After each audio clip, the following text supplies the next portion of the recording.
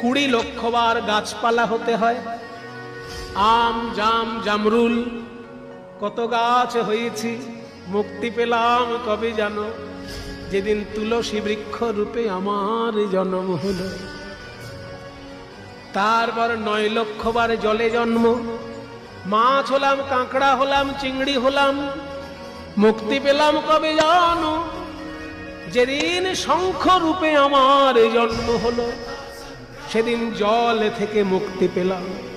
স্থাবরং লক্ষ বিংশতি নবলক্ষাশ্চ জলজা।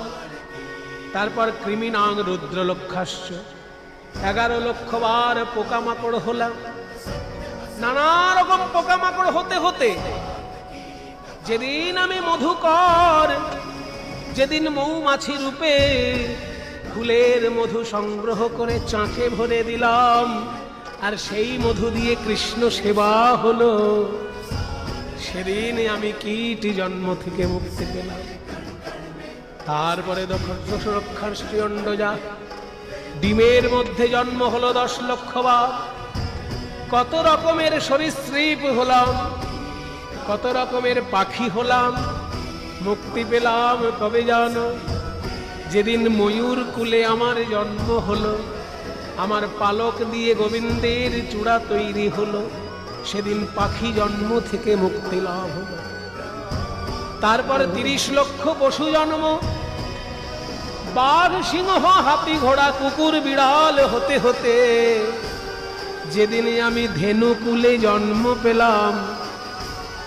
গরু রূপে জন্ম পাওয়াটা অত সহজ নয়। গরু জন্মে যে পবিত্র দুগ্ধ উৎপন্ন করা যায়, অন্য কোনো পশুর দুগ্ধ অতটা পবিত্র নয়। তাই বলছে 84 লক্ষ জন্মের মধ্যে 30 লক্ষ জন্ম পশু জন্ম আমাদের, তার মধ্যে যেদিনকে ধেনুকুলে আমাদের জন্ম হয়, সেই দিনকে পবিত্র দুগ্ধ উৎপন্ন করে গৌর গোবিন্দ সেবায় আমরা ভোগ নিবেদন করতে পারি। আমাদের পশু জন্ম উদ্ধার হয়ে যায়, উদ্ধার হয়ে যায়।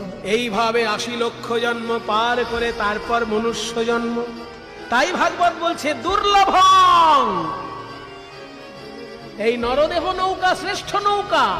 কেন না? দুর্লভ, দুর্লভ বলেই শ্রেষ্ঠ।